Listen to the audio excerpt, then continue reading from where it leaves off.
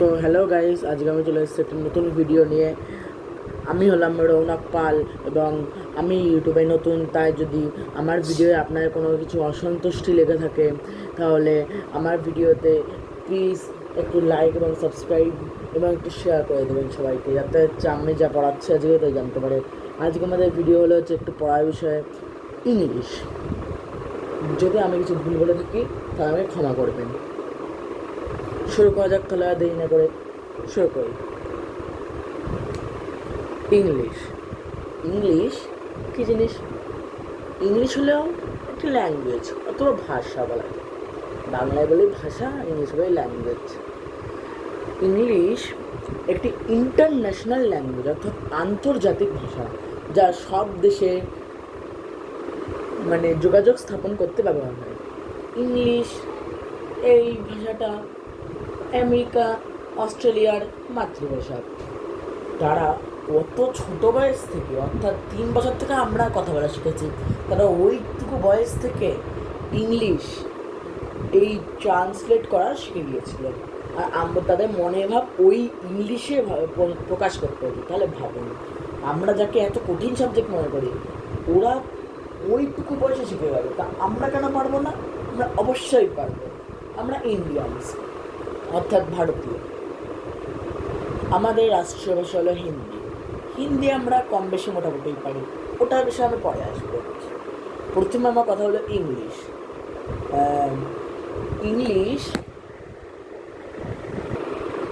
English এমন একটি ভাষা যাকে আমরা কঠিন মনে করি, কিন্তু আসলে তা একটুও নয়। দেখুন, আমি ইংলিশের শ্রেণীবিভাগটা দিয়ে দিয়েছি কী করে ইংলিশটা তৈরি হলো। দেখুন, জার্মাটিক ল্যাঙ্গুয়েজ অর্থাৎ বলা যায় রোমান অথবা জার্মানের ল্যাঙ্গুয়েজ ওয়েস্ট জার্মাটিক, ওই ল্যাঙ্গুয়েজ থেকে আমাদের আস্তে আস্তে ধাপে ধাপে 3 ধাপ বিভক্ত হয়েছে। তারপর সেখান থেকে আবার 3 ভাগ বিভক্ত হয়েছে। সেখান থেকে ওল্ড ইংলিশ এসছে, তারপরে মিডিল ইংলিশ এসছে, তারপরে এসছে ইংলিশ।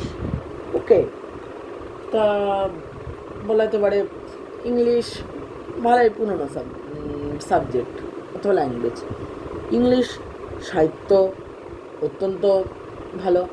ইংলিশ সাহিত্য পড়তে গেলে আমাদের একটি প্রথমেই নাম আসে শেক্সপিয়ার, অর্থাৎ উইলিয়াম শেক্সপিয়ার, যিনি তার জীবনে 58টারও বেশি নাটক হয়তো লিখে গেছেন।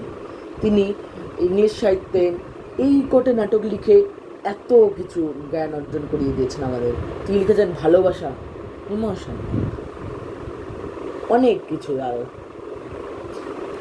তাদের কথা আমাদের ভাবলে আমাদের গর্ব হওয়া উচিত যে আমাদের পৃথিবীতে এমন মানুষ ছিল যারা ইংলিশে এত সুন্দর সুন্দর জিনিস লিখে গিয়েছে। আপনি পড়বেন ওদের, ভালো। ইংলিশকে আমাদের যদিও কঠিন মনে হলেও ইংলিশ কিন্তু কঠিন না। ইংলিশের থেকে বাংলা শেখা বেশি কঠিন। বাংলায় প্রায় 85,000টা শব্দ আছে, কিন্তু ইংলিশে তা নয়। ইংলিশের থেকে অনেক কম। ইংলিশে স্বরবর্ণ অর্থাৎ অ্যালফাবেট আছে 5টি, AEIOU, এবং বাংলায় আছে প্রায় 10 থেকে 12টি। ও বাংলা কথা বাদ দিন। আর ইংলিশে কনসোনেন্ট আছে পুরো 22টি, এবং বাংলায় 56টি অথবা তারও বেশি, অর্থাৎ ব্যঞ্জন বর্ণ। তাই ধরুন, ইংলিশের মধ্যে মুখস্থ করতে বেশি টাইম লাগছে না বাংলা, কিন্তু আমাদের একটা শিখতে হবে, ভাবতে হবে যে আমাদের নিজের মাতৃভাষা শিখে তারপরে অন্য ভাষা শেখা উচিত। তাই যদি কেউ ইংলিশ শিখতে চান প্রথমে, তাহলে ওই ইংলিশ টু বেঙ্গলি প্রথমে শিখবেন, অর্থাৎ ইংলিশ থেকে বাংলা। প্রথমেই ইংলিশ থেকে ইংলিশ শিখতে যাবেন, অথবা ইংলিশের জিনিস প্রথমে পড়তে যাবেন না। প্রথমে ওই ওয়ার্ডগুলো বাংলা জানবেন। বাংলা না জেনে কখনো ইংলিশ শেখা যায় না। অর্থাৎ আমি একটু উদাহরণ দেবো যাচ্ছি। বাড়ির ভিত করে, সেই ভিত যদি মজবুত না হয় বাড়ি কি দাঁড়ায়? বাড়ি হয় না। সেরকমই ইংলিশেরও এই সাবজেক্টটা একটা ভিত লাগবে। এই ভিতটা হলো আমাদের পড়াশোনা, আমাদের ইংলিশ টু বেঙ্গলি ওয়ার্ড শেখা। এই ওয়ার্ডগুলো বহু হতে পারে। এই ওয়ার্ডগুলোর বাংলা মিনিং জেনে তারপরে এগুলো ব্যবহার করতে হয়। তাই যদি বাংলা মিনিং না জেনে আমি যদি ইংলিশ শিখতে যাই তাহলে ইংলিশ জীবনেও হবে না। বাংলা ও ইংলিশের মধ্যে অনেক তফাৎ এবং অনেক মিলও আছে। যেমন বাংলায় উপসর্গ অনুসর্গ আছে, ইংলিশে আছে প্রিফিক্স, সুফিক্স অর্থাৎ সাফিক্স, আরও এরকম অনেক কিছু। ইংলিশে আমাদের বহু পার্টস অফ স্পিচ পড়তে হবে, যার পার্টস অফ স্পিচ হলো 8 প্রকার, ও নিয়ে পরে কথা হবে। এইটুকু আগে জেনে নিন যে ইংলিশ শিখতে হলে বাংলা শেখা অত্যন্ত প্রয়োজনীয়। সো আজকে আমার ভিডিও এইটুকুই। আমি আজকে অত বেশি বড় ভিডিও করলাম না, তাই এখানে শেষ করলাম আজকে। আমার ভিডিও যদি আপনার ভালো লেগে থাকে তাহলে প্লিজ আমার ভিডিওতে একটি লাইক, শেয়ার এবং সাবস্ক্রাইব করে দেবেন। আজকে তারিখ হলো 8/7/2025।